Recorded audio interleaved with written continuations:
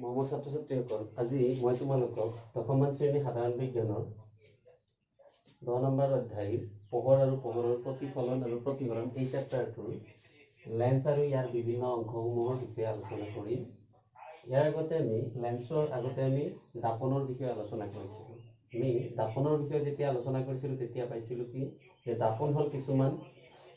গোলকৰ কিছুমান অংশ আৰু দাপনবিলাকত কি আছিল পোহৰ নিৰ্গত হ'ব নোৱাৰিছিল, মানে পোহৰ পাৰ হৈ যাব পৰা নাছিল। পোহৰখিনি জাষ্ট কি হৈছিল প্ৰতিফলনহে হৈছিল বা প্ৰতিফলিত হৈছিল। কিন্তু লেন্সত তেনেকুৱাকে মানে বেৰ কৰি দিয়া নাথাকে বা কালাৰ কৰি দিয়া নাথাকে। লেন্সৰ কি হ'ব পাৰে পোহৰ নিৰ্গত হ'ব পাৰে বা প্ৰতিফলিত হৈ গুচি যাব পাৰে, তাৰ মাজেৰে গুচি যাব পাৰে। দ্যাট মিন্স পোহৰ পাৰ হৈ যাব যিহেতু পাৰে, গতিকে লেন্স কি এটুকুৰা স্বচ্ছ পদাৰ্থ, স্বচ্ছ কাচৰ পদাৰ্থ যাৰ মাজেৰে পোহৰ পাৰ হৈ যাব পাৰে। গতিকে লেন্সৰ যদি ডেফিনেশ্যনটো কওঁ আমি তেতিয়াহ'লে জানিম যে লেন্স হ'ল এটুকুৰা স্বচ্ছ পদাৰ্থ, ই দুটা নিৰ্দিষ্ট গোলকৰ বিশেষ কিছুমান অংশ। মই পুনৰাই কৈছোঁ যে লেন্স হ'ল দুটা বিশেষ গোলকৰ কিছুমান বিশেষ বা নিৰ্দিষ্ট অংশ। এতিয়া যেনেকৈ আমি দাপন পাইছিলোঁ দুই প্ৰকাৰৰ, উত্তল দাপন আৰু অৱতল দাপন, ঠিক তেনেদৰে লেন্সৰ দুই প্ৰকাৰৰ, উত্তল লেন্স আৰু অৱতল লেন্স। গতিকে আমি দুয়োটা লিখি ল'ম আৰু ধুনীয়াকে 1 by 1 চিষ্টেমেটিকলি বুজি যাম। চাবা যে নম্বৰ 1, এক নম্বৰ হ'ল উত্তল লেন্স, উত্তল লেন্স, আৰু 2 নম্বৰত হ'ল অৱতল লেন্স,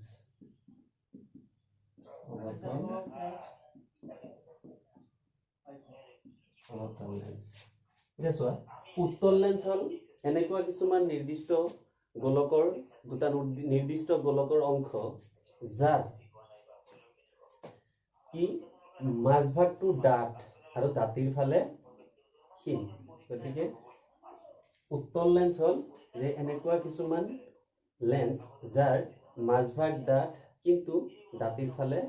ক্ষীণ, তেনেকুৱা লেন্সক কোৱা হয় উত্তল লেন্স। মানে যিবিলাক লেন্সৰ মাজভাগ ডাঠ কিন্তু দাঁতিৰ ফালে ক্ষীণ, তেনেকুৱা লেন্সক কোৱা হয় উত্তল লেন্স। আৰু যিবিলাক লেন্সৰ মাজভাগ ক্ষীণ কিন্তু দাঁতিৰ ফালে ডাঠ, তেনেকুৱা লেন্সক কোৱা হয় অৱতল লেন্স। এতিয়া তাৰমানে লেন্স এটা কি হ'ব, চোৱা এইটো এটা যদি এনেকুৱা এটা গোলক পাম, এই সম্পূৰ্ণ গোলকটোৰ এইখিনি এটা অংশ, চিমিলাৰলি এইখিনিৰ লগত যদি আমি এনেকুৱাকে চাওঁ তেতিয়াহ'লে এইটো এটা নিৰ্দিষ্ট গোলক, এই গোলকৰ অংশ হ'ল এইখিনি আৰু এইটো গোলকৰ অংশ হ'ল ইয়াৰ পৰা এইখিনি। গতিকে এই দুটা নিৰ্দিষ্ট গোলকৰ, এইটো এটা গোলক, এইটো এটা গোলক, এই নিৰ্দিষ্ট দুটা গোলকৰ কিছুমান অংশ লগ লাগি কি হৈছে এটা উত্তল দাপন গঠন হৈছে। এতিয়া ডেফিনেশ্যনত কোৱাৰ দৰে উত্তল দাপন কি আছিল, যি লেন্সৰ মাজভাগ ডাঠ আৰু দাঁতিৰ ফালে ক্ষীণ, তেনেকুৱা লেন্সক কি কোৱা হয় উত্তল লেন্স বুলি কোৱা হয়। গতিকে এই লেন্সটোৰ ক্ষেত্ৰত আমি যদি চাওঁ তেতিয়াহ'লে চোৱা দাঁতিৰ ফালে ক্ষীণ আৰু মাজভাগত ডাঠ। এতিয়া অৱতল লেন্স, অৱতল লেন্সক কি কৈছিলো, উত্তল লেন্সৰ অপজিটটো, যে ইও দুটা কিছুমান নিৰ্দিষ্ট গোলকৰ কিছুমান বিশেষ অংশ যাৰ খালি কি দাঁতিৰ ফালে ডাঠ কিন্তু মাজভাগত ক্ষীণ। চাবা এইটো যদি এটা নিৰ্দিষ্ট গোলক হ'ব, এটা এটা গোলকৰ অংশ, চিমিলাৰলি এইটো এটা নিৰ্দিষ্ট গোলকৰ অংশ, গতিকে এইটো গোলকৰ অংশ হ'ল ইয়াৰ পৰা এইখিনি আৰু এই গোলকটোৰ অংশ হ'ল ইয়াৰ পৰা এইখিনি। গতিকে এই দুটা গোলকৰ অংশ লগ লাগি কি হৈছে এটা অৱতল লেন্স গঠন হৈছে। এতিয়া চোৱা উত্তল লেন্স বা অৱতল লেন্স দুয়োটাই তিনি প্ৰকাৰকে আছে। যদিও আমাৰ ইয়াতে তোমালোকৰ কিতাপত আলোচনা কৰা হোৱা নাই, তথাপি জনাৰ কাৰণে মই কৈ থৈছো যে উত্তল লেন্স হ'ল তিনি প্ৰকাৰৰ। এ নম্বৰ দ্বি উত্তল লেন্স, দ্বি উত্তল লেন্স। দ্বি উত্তল লেন্স মানে কি দুয়োফালে উত্তল হ'ব, দুয়োটা পিঠিয়ে উত্তল হ'ব। তাৰমানে পিকচাৰখন যদি মই দেখাও তেতিয়াহ'লে এনেকুৱা হ'ব। ডি উত্তল এইফালৰটো চোৱা মাজভাগটা এইফালৰটো মাজভাগটা গতিকে ইয়াক কোৱা হয় ডি উত্তল লেন্স সিমিলাৰলি বি নাম্বাৰ যদি আমি ধৰো তেতিয়াহ'লে হ'ব সমতল উত্তল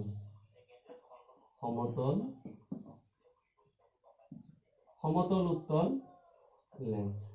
সমতল উত্তল লেন্সটো কি হ'ব এটা পিঠি সমতল হ'ব আৰু এটা পিঠি উত্তল হ'ব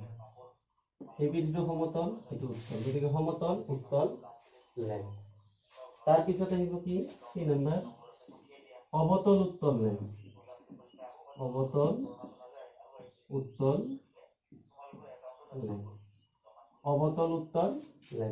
উত্তল লেন্সটো কি হ'ব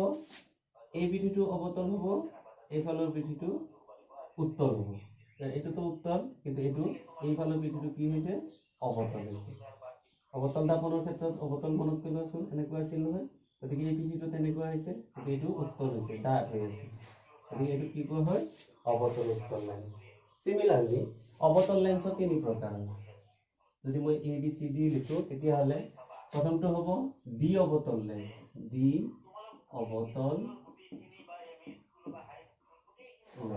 অবতল লেন্স কি হ'ব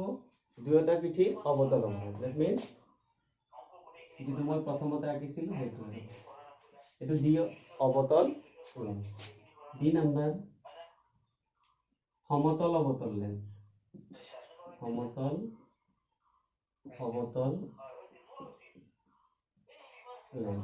অবতল লেন্স কি হ'ব এটা পিঠি সমতল আৰু এটা পিঠি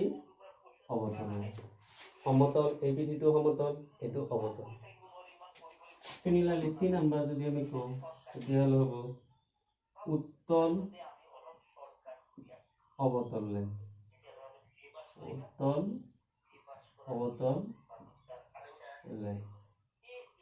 এই পিঠিটো কি হ'ব এইফালৰ পিঠিটো উত্তল এটোতো উত্তল হ'ল এই পিঠিটো কি হ'ব ইয়াৰ এই পিঠিটো হ'ব অবতল এই পিঠিটো উত্তল হ'ল এটোতো উত্তল এই পিঠিৰ লগত এটা অবতল লগ হৈ এটা অবতলটো সেম দ্যাট মিন্স এতিয়া মই ভাবো যে লেন্সৰ প্ৰকাৰটো তোমালোকে বুজি পাইছা এতিয়া লেন্সৰ প্ৰকাৰ যদিও উত্তল লেন্সৰ ক্ষেত্ৰত তিনি প্ৰকাৰৰ কথা কৈছো অবতল লেন্সৰ ক্ষেত্ৰতো তিনি প্ৰকাৰৰ কথা কৈছো কিন্তু ইয়াতে মেইনলি কি কৰা হ'ব ডি উত্তল আৰু ডি অবতল এই লেন্স দুটাৰ বিষয়ে আলোচনা কৰা হ'ব গতিকে ইয়াতে মই যদি তোমালোকক উত্তল লেন্স বুলি কওঁ তেতিয়াহ'লে তোমালোকে জানিবা এটা ডি উত্তল লেন্সৰ কথা কোৱা হৈছে আৰু অবতল লেন্স বুলি যদি কওঁ তেতিয়াহ'লে ডি অবতল লেন্সৰ কথাই কোৱা হৈছে বুলি এতিয়া লেন্সৰ লগত পৰিচয় হোৱাৰ পিছত এতিয়া আমি লেন্সৰ যেনেকুৱাকে দাপনৰ বিভিন্ন অংশসমূহৰ কথা আমি আলোচনা কৰিছিলো মেৰু ভাঁজ ব্যাসাৰ্ধ ভাঁজ কেন্দ্ৰ ফকাস দৈৰ্ঘ্য ফকাস তেনেকুৱাকে এবাৰ আমি লেন্সৰ ক্ষেত্ৰত কথাটো আলোচনা কৰিম ইয়াতে তোমালোকে এটা বস্তু মনত ৰাখিবা আমি লেন্সৰ যেতিয়া ডেফিনেশ্যন দিলো কৈছিলো কি যে লেন্স দুটা নিৰ্দিষ্ট গোলকৰ কিছুমান বিশেষ অংশ গতিকে যদি দুটা গোলক হয় তেতিয়াহ'লে ভাঁজ কেন্দ্ৰ দুটা হ'ব ফকাস দৈৰ্ঘ্য ফকাসো দুটা হ'ব বুজি পাইছা কথাটো গতিকে আমি নেক্সট আলোচনা কৰিলে নিশ্চয় তোমালোকে ধুনীয়াকৈ বুজি পাবা তাৰপৰা আমি লেন্সৰ বিভিন্ন ধৰণৰ অংশসমূহ আলোচনা কৰিম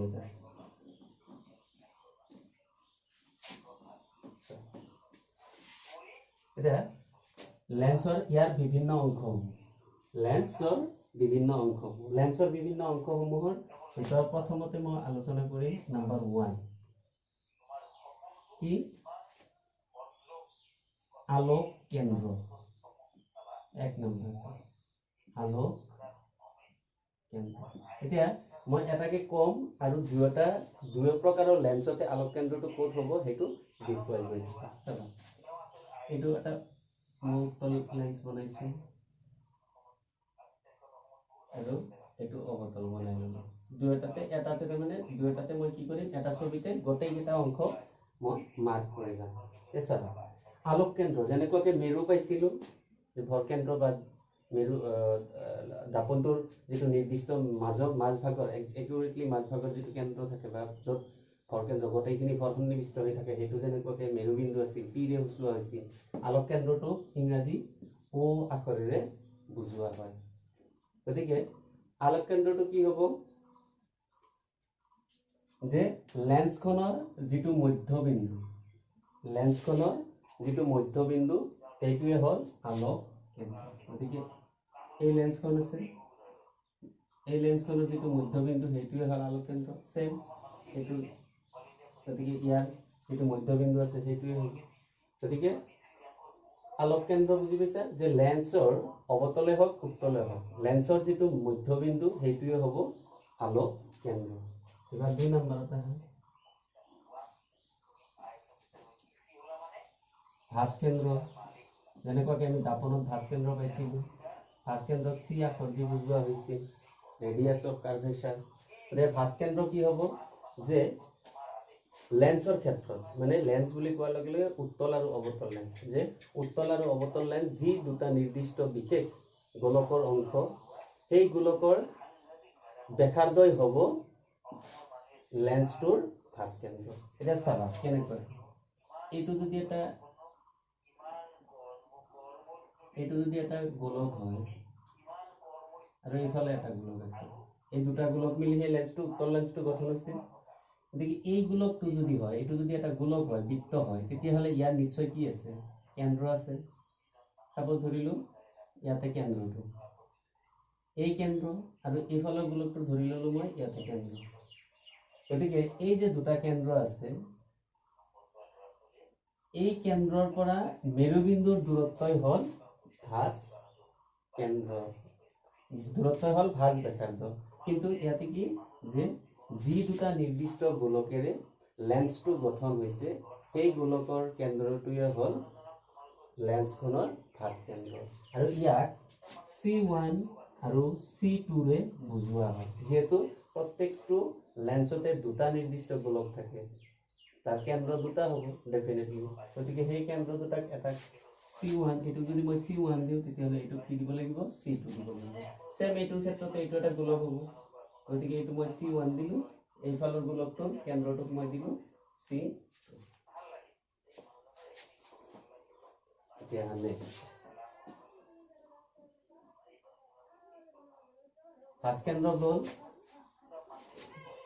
এইবাৰ 3 নম্বৰ ভাস ব্যাসাৰ্ধ সহজ ভাস কেন্দ্ৰ বুজি পালে ভাস ব্যাসাৰ্ধ বুজা যায় ভাস ব্যাসাৰ্ধ আৰ ভাস ব্যাসাৰ্ধৰ ক্ষেত্ৰত কি যে ভাস ব্যাসাৰ্ধ হ'ল লেন্স এটা যি দুটা নিৰ্দিষ্ট গোলকৰ অংশ সেই গোলক দুটাৰ কেন্দ্ৰৰ পৰা লেন্সৰ আলোক কেন্দ্ৰলৈকে যিমানখিনি ডিসটেন্স সেই ডিসটেন্সখিনিকে কি কোৱা হয় ভাস ব্যাসাৰ্ধ বুলি কোৱা হয় দ্যাট মিন্স নেটৱৰ্কে যদি মই এটা ৰশ্মিটা নিও সাপোজ C2 দিলো এই যে C1 আৰু C1 to O এইখিনি দূৰত্ব বা O1 O2 C2 ওৰ পৰা C2 লৈকে যিটো দূৰত্ব সেইটোৱে হ'ল ভাস ব্যাসাৰ্ধ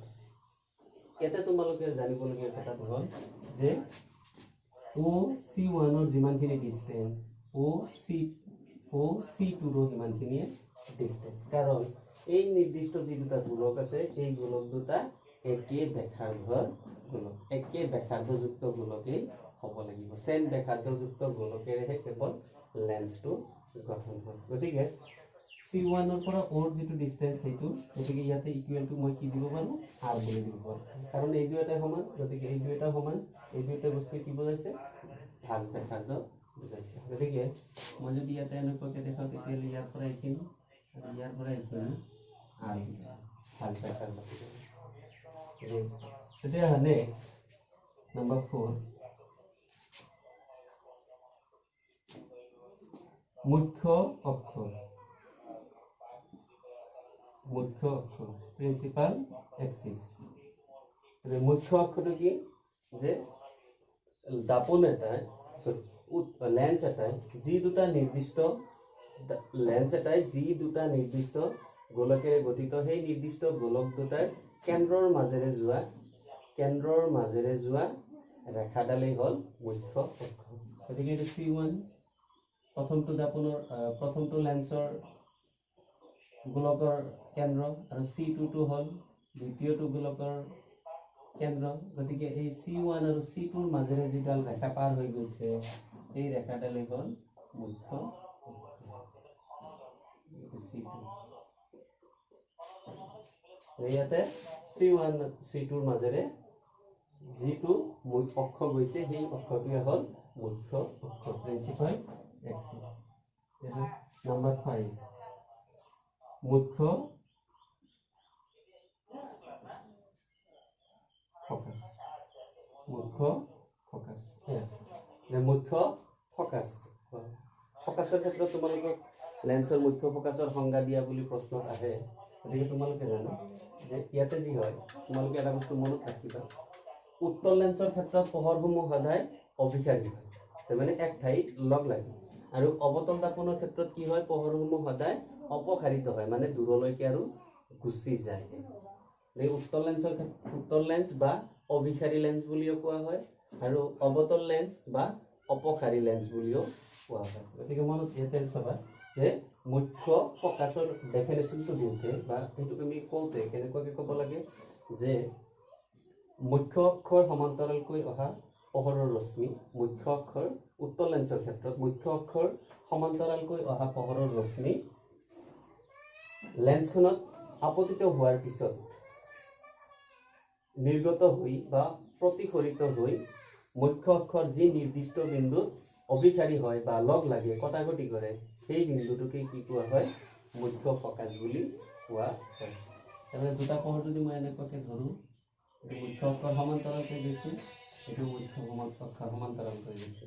গতিকে এই পোহৰৰ ৰশ্মি দুটা লেন্সখনত আপতিত হোৱাৰ পিছত কি কৰিব ই দাপনখনৰ কোনো এটা নিৰ্দিষ্ট বিন্দুৰ মাজেৰে পাৰ হৈ গতিকে এই যে যিটো নিৰ্দিষ্ট বিন্দুত অপসাৰী হ'ব অভিসাৰী হ'ব বা লগ লাগিব সেই বিন্দুটোকে কি কোৱা হয় মুখ্য ফোকাস বুলি কোৱা হয় তাৰপিছত অবতল লেন্সৰ ক্ষেত্ৰত কি হ'ব সেম ডেফিনিশন যদি আমি দিওঁ অবতল লেন্সৰ মুখ্য ফোকাসৰ সংজ্ঞা যদি দিওঁ তেতিয়াহ'লে অবতল লেন্সৰ ক্ষেত্ৰত হ'ব যে অবতল লেন্সৰ ক্ষেত্ৰত মুখ্য অক্ষৰ প্ৰতি মুখ্য অক্ষৰ সমান্তৰালকৈ অহা পোহৰ ৰশ্মি লেন্সখনত আপতিত হোৱাৰ পিছত প্ৰতিফলিত হওঁতে বা নিৰ্গত হওঁতে ই যদি মুখ্য অক্ষৰ কোনো এটা নিৰ্দিষ্ট বিন্দুৰ পৰা অপসাৰী হৈ অহা যেন লাগে কোনো এটা নিৰ্দিষ্ট বিন্দুৰ পৰা অপসাৰী হৈ অহা যেন লাগে তেতিয়াহ'লে সেই নিৰ্দিষ্ট বিন্দুটোক কোৱা হয় মুখ্য ফোকাস অবতল দাপনৰ অবতল লেন্সৰ ক্ষেত্ৰত যদি চোৱা এইটো এটা মুখ্য অক্ষৰ সমান্তৰালকৈ গৈছে পোহৰ এইটো সমান্তৰালকৈ যায় লেন্সখনত আপতিত হৈছে এই পোহৰটো কি কৰিব মই কি কৈছিলো অবতল লেন্সে সদায় পোহৰ অপসাৰী কৰে মানে দূৰলৈকে ঠেলি পঠাই দিয়ে এই পোহৰখিনি এনেকুৱাকে আৰু দূৰলৈকে গুচি যাব এই পোহৰখিনি এনেকুৱাকে দূৰলৈকে গুচি যাব তেতিয়াহ'লে এই দুটা পোহৰটো কোনোদিন কটাকটি নকৰে যদি কটাকটি নকৰে তেতিয়াহ'লে কি নহয় ইয়াতে প্ৰতিবিম্বৰ সৃষ্টি নহয় গতিকে কি কৰিব লাগিব আমি আৰ্চুৱেলি যদি এই ৰশ্মিটো তেনেকুৱাকে বঢ়াই দিওঁ পিছলৈ এই ৰশ্মিটো যদি এনেকুৱাকে বঢ়াই দিওঁ তেতিয়াহ'লে ই মুখ্য অক্ষৰ এটা নিৰ্দিষ্ট বিন্দুত লগ লগা যেন লাগে গতিকে এই দূৰৰ পৰা যদি আমি চাওঁ তেতিয়াহ'লে মুখ্য অক্ষৰ কোনোবা এটা নিৰ্দিষ্ট বিন্দুৰ পৰা পোহৰখিনি অপসাৰী হৈ অহা যেন দেখা গৈছে গতিকে এই নিৰ্দিষ্ট বিন্দুটোকে কি কোৱা হ'ব অবতল লেন্সৰ মুখ্য ফোকাস বুলি কোৱা হ'ব চোৱা ফোকাসৰ ক্ষেত্ৰত কি ক'ম যে নেক্সট 6 নম্বৰ ফোকাস দৈৰ্ঘ্য ফোকাস দৈৰ্ঘ্য f ফোকাস দৈৰ্ঘ্য কি হ'ব যে O বিন্দুৰ পৰা মেৰুবিন্দু আলোক কেন্দ্ৰৰ পৰা বা O বিন্দুৰ পৰা মুখ্য ফোকাসৰ দূৰত্বটোৱে হ'ল ফোকাস দৈৰ্ঘ্য তাৰ মানে কি হ'ব OF is equal to small f মুখ্য OF ৰ যিখিনি দিছে সেইটো হ'ল ফোকাস দৈৰ্ঘ্য তুমি ইয়াতো এইটো ক্ষেত্ৰতো OF is equal to f অৰ্থাৎ ফোকাস দৈৰ্ঘ্য ইয়াৰ পিছত মই ভাবো তোমালোকে এইখিনি লেন্স কি আৰু লেন্সৰ বিভিন্ন অংশসমূহ কি এই সম্বন্ধে কিছু কথা জানিলা ইয়াৰ পিছত আমি লেন্সৰ বিষয়ে কিছুমান ম্যাথমেটিক্যাল প্ৰবলেম সলভ কৰিম আৰু তোমালোকে এটা বস্তু মনত ৰাখিবা যে দাপনৰ ক্ষেত্ৰত মই যেনেকুৱাকৈ তোমালোকক কৈছিলোঁ যে দাপনৰ ক্ষেত্ৰত যেনেকৈ মুখ্য অক্ষৰ সমান্তৰালকৈ পোহৰ আহিলে অৱতল দাপনৰ ক্ষেত্ৰত কি হয়, উত্তল দাপনৰ ক্ষেত্ৰত কি হয়, ফকাছৰ মাজেৰে আহিলে কি হয়, মুখ্য অক্ষৰ সমান্তৰালকৈ আহিলে কি হয়, ভাস্কেন্দ্ৰৰ মাজেৰে গ'লে কি হয়, ঠিক তেনেদৰে লেন্সৰ ক্ষেত্ৰতো সেইকেইটা নিয়ম আমি জানি ল'ব লাগিব। গতিকে ইয়াৰ পিছত ক্লাছটোত আমি সেই সম্বন্ধে আলোচনা কৰিম। ঠিক আছে, থেংক ইউ।